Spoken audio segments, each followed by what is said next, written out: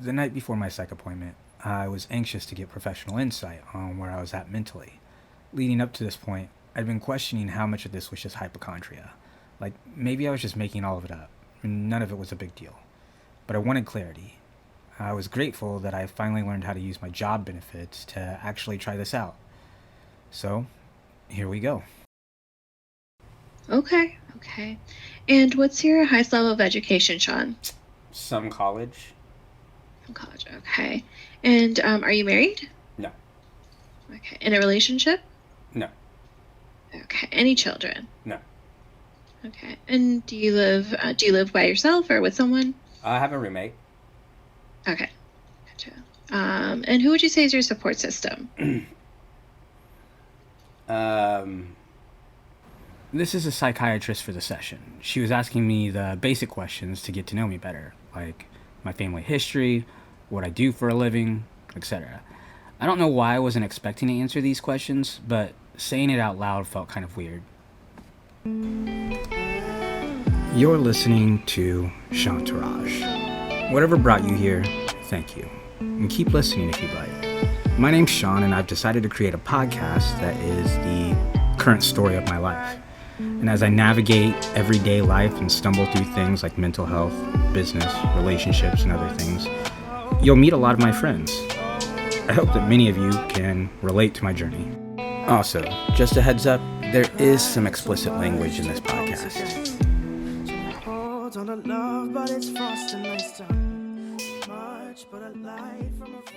And tell me a little bit about yourself. Were you born and raised in Illinois? So I was actually born in the Philippines. I was adopted I don't know. I was adopted at 3 months old. I don't know my birth mother, although I've seen pictures. Allegedly. These are just some pieces of the 45-minute long conversation I had with her, where we laid out the foundation of where I had been and how I had gotten there. It was very difficult for me to present that sort of information, as so much of my family history is unknown when it comes to my bloodline, though. So, yeah. And then I was raised in Robinson, Illinois, which is a very small community, like 7,000 people in this community. Okay, very nice. And what do you do for work? I work for a software company, so I work remotely, and then I also have a few different side hustles, including a computer repair shop. I do digital influencing, which I know it sounds really silly, like content creation. So I have like a YouTube channel, I do a podcast, and then I do a marketing agency where I help other businesses with their social media presence. I work with them on their websites if that's something that they want to do, their graphic design, logos, things like that. Very nice. So you must be really busy with all of these things going on. Yeah, I'm actually trying to cut some things down. That's part of as I kind of try to self-improve, maybe helping, eliminating some of these things that are kind of distracting would help relieve some of that anxiety as well. So that's something that I've been reviewing as well. Okay. And you mentioned you're adopted. Do you know anything about your biological parents in terms of psychiatric health? Any history of psychiatric illness in your biological family that you know of? More loose ends when it comes to my actual family history. I would love to know more. Allegedly, I do have 2 brothers, one of which I'm told died from heart issues. And although I do have anxiety attacks where it becomes hard to breathe, every physical I've been to tells me I'm still very healthy physically. Also, before anyone suggests it, I've tried Ancestry DNA twice, and both times they were unable to provide results. So, not officially speaking, but I'm told that I was born in the back of the bar. I'm told that my mom says, and I just talked to my mom yesterday, I told her I was doing this, and she said that it didn't surprise her that I was having sleeping problems because when I was a baby, the doctor told her that it was probably because when my mother was working, there were probably rats and stuff on the floor crawling all over me, which I don't know how true that is. That just sounds very embellished to me. I don't know. Yeah. I guess I wouldn't rule it out. But, if that is a trauma that occurred, I guess I could see where that would affect sleeping habits. but I do not know I don't know anything about my father. I've kind of made my own assumptions around that. And how is your relationship with your adoptive parents? It's good. I mean, growing up, so my adoption parents, but they got a divorce when I was like 4 or 5. Um, Mm, and then she got remarried to who I would call my stepdad when I was like 12. And he and I had a very estranged relationship until I became an adult, at which point I gained a lot more respect for him, knowing the amount of work that he had to do as a man to take care of our family, and having been a business owner and me going into business as well, I had a lot more respect for him in that light. The history of what I went through when I was adopted is actually kind of complicated, and I'm not sure that it's really relevant. There's the man who was with my mom when I was adopted, and I don't know him. Then there's the man who I would call dad, but I haven't seen him in years. And finally, there's my stepfather who put a roof over my head for the majority of my life. In all of these cases, I would say I grew up in a tough love household. If you want something, you have to go get it. No one's going to give it to you, though. gotcha. And have you ever had like thoughts of like not wanting to live or suicide recently, past, Um, Not suicide, but there are definitely times where I'm like, it'd be just a lot easier if I weren't alive. Uh, Mhm. and so, but I don't I feel like I should have any emphasize here intention. I I don't am want definitely to not kill suicidal. myself. It's Sometimes just like I just don't want to if deal I with my own didn't have to baggage. wake up, But if you're having suicidal thoughts, or if it'd you know just be a someone little who bit of a is, relief then you should seek sometimes. help. And 988 then is a suicide crisis hotline, and it's open Tell me a little bit 24/7 to help you. about your journey with anxiety.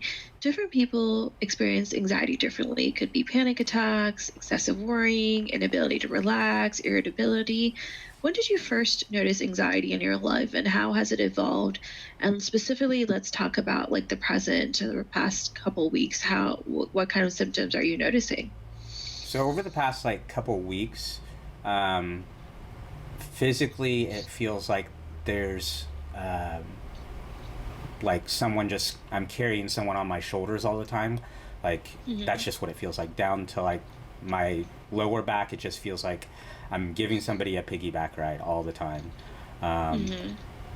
I have a hard time breathing at times. Like it Hmm. gets tight in the center of my chest, and then it feels like it's expanding. Um, Hmm. and then sometimes I will zone out. Um, And to be like honest, I think I've always had I'm anxiety talking to issues, even friends, growing up, and but then I I just never get got a text diagnosed. I know message this or because I think back something to when I was a that kid, gives me overanalyzing, that triggers overthinking, that. creating scenarios in my head that Somebody never will really call me out and existed, they'll be like, Sean, are but I you would rather sleeping? not know Like for sure you than were find talking to out I me, was and now you're right. not talking It right. wasn't until like the So last that's 3 or 4 happened a few months times. where the anxiety I really tend started to to take a pace stranglehold around, on my especially life, working though. in a remote I think to environment, some extent, and I we have all a have family, some I level guess. of anxiety, I and it's all tend about how we to manage it, though. pace So around for a me, pretty I've lot managed whenever I to push start it to all worry. down until recently Hmm. as So I I take an inward constantly look at feel like myself from the I'm outside. messing something up, um, or what can I do to control the narrative in a situation. Um, thing like feeling like I don't belong in this environment, like this area, so I feel stuck all the time in terms of Hmm. uh, not being able to do anything, like not having those resources that I need to go in the direction that I need to go in. In terms of diagnosis, right? I think there's a couple of diagnoses I would give you. Generalized anxiety disorder. I think you have all the symptoms of generalized anxiety disorder, worrying, not just the generalized worrying, the panic attacks, all of those things. And then I would also diagnose you with major depression. Um, Seems like the depression and anxiety are tied hand in hand, right? So when your anxiety is getting worse, your depression gets worse. When depression gets worse, your anxiety gets worse. But the lack of motivation or lower energy, lower motivation, eating more, chronic trouble with sleep, all of those things are an indication that like there's a mood disorder that's creeped up on you, whether it be independent from anxiety or because your anxiety has been worse. So that's the second thing. Um, And then the third thing would be an alcohol use disorder. The alcohol use, it's pretty significant. It's really high. It's been going on for multiple years. I'm glad, you have taken the initiative to reduce it. A lot of times alcohol use can be in relation to self-coping, like you mentioned, right? Coping with anxiety, you're coping with the stressors of daily life. So those would be the three things that I would diagnose you with. At the end of the appointment, the psychiatrist ended up prescribing me Zoloft. Having never really been on psychiatric meds before, she started me out at 50 milligrams and told me to cut the pills in half. And after my appointment, since I had the rest of the day off from work, I decided to meet up with another friend who has a seat at my ominous table. Enter the scene, Jesse. Since a cycle here, or used to Like get your seltzer and then my red your stag. red stag. I have to stop now though. Stop drinking. Well, I have to definitely reduce. After today, I'm probably gonna stop until my birthday. Probably good. I kind of noticed you fell off your sobriety / fitness. Yeah. Well, that's kind of part of why I went and saw the crazy person doctor today. Yeah. It's probably good. So I got diagnosed with general anxiety disorder, major depression, and substance abuse disorder. Okay. I'm trying to laugh, but I mean. So. No, I mean, everybody copes their own way, so I kind of get it. So they gave me Zoloft. Yeah. And I can't really be drinking while I take that stuff. True. And I know that they probably told you, but I know that a lot of those drugs aren't like a one-size-fits-all kind of thing. Yeah. Like you kind of need to figure out what works best for you. I mean, I've never been on any of it, but I know from other friends that are, they've had to kind of weed out the bad ones and then figure out. They definitely said, especially since I have no medical history before, it's going to be hard to assess whether that's the right. No medical history, no birth certificate, social security number. Nothing. He's a ghost. I don't exist. My thing is it's frustrating because when you're feeling bad, that's the only thing you notice. But when you're feeling good, you don't really notice that you're feeling better. Yeah. But I don't know. I've never, like I said, I've never been on any kind of meds as far as mental health goes, but I've heard a lot of people have a lot of success with it. Yeah, I didn't really want to do medicine to control that sort of thing, but it's physically started to take a toll on me. I can't sleep. I'll just and then my shoulders are really sore all the time. Because you're tensed up all the time. Yeah. I mean, I think everybody needs help every once in a while, whether it be chemical or just talking to someone or whatever it may be. So, a little bit of history. Jesse and I both went to school in Robinson. We were roommates for a couple years and became very close friends. He moved to Evansville, Indiana for work, an hour and a half away, but we make a lot of effort to keep in touch and stay connected as much as possible. While there aren't many spots left at my table at this point, Jesse probably would have been one of the first people I would have invited based on the example he set as an individual today. At this point in the conversation, we asked to go ahead and move outside. It was sunny and 71 degrees. In this early March weather, we couldn't have asked for a nicer day during a season of winter-spring chaos.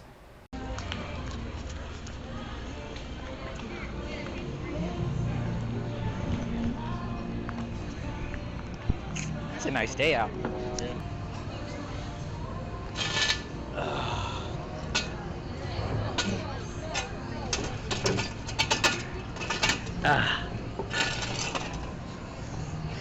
I can finally introduce you to the table. The table, the infamous table. I was like, man, is this dude really not gonna? I don't get to see. Well, you weren't present for anything. Which was sorry, I live an hour and a half away. So one of the questions that the psychiatrist asked me this morning was who would you go to if you needed anything?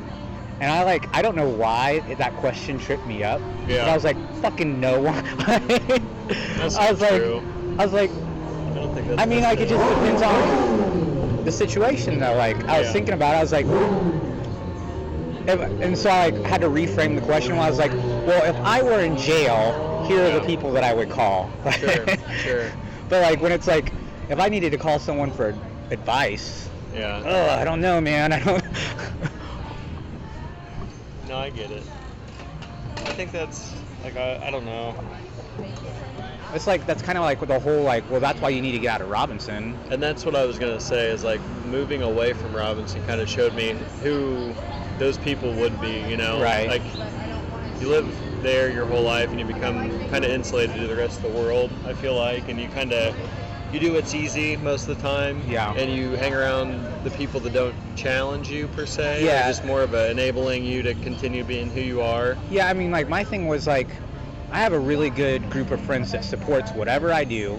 Yeah. But I don't have a really good peer group that challenges me to grow. Like, Yeah, I've always been a critic to you, Sean. You should know. I know that you have. I'm always But like, like, you're an like I said, moving down here was the best choice I've ever made, and I was so apprehensive about it. But you meet new people, and it's kind of like that.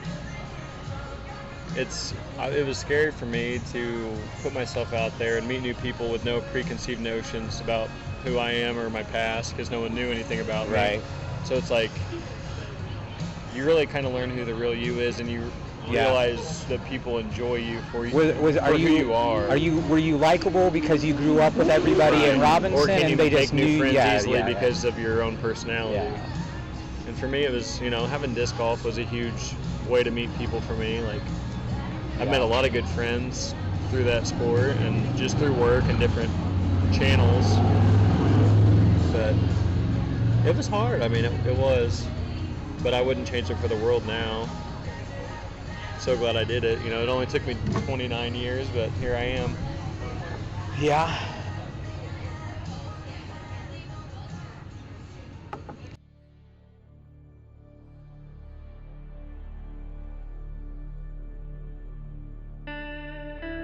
Leaving Evansville that day, on the drive back to Robinson, I had a lot to think about.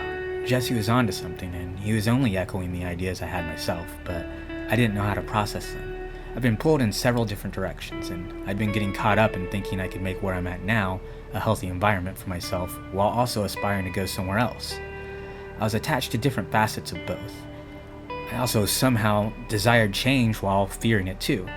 Like, in what way could I get to a better place that was conducive to my growth as a person? And despite the glimpses of promising horizons, I felt undeserving to it.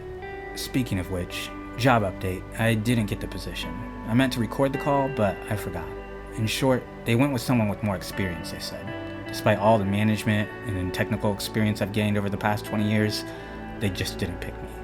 So, back to the drawing board on that.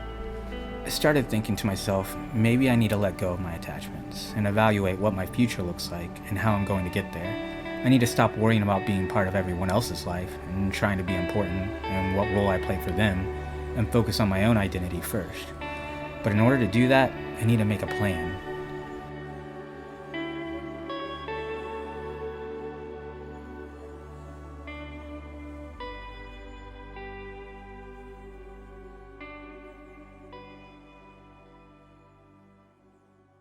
On the next episode, we've got a celebration and some news that could very well and unexpectedly change what that plan looks like. So thanks for listening, and I hope you'll tune in for next week's episode. Again, thanks for listening, and make sure you hit the follow button if you enjoyed this podcast.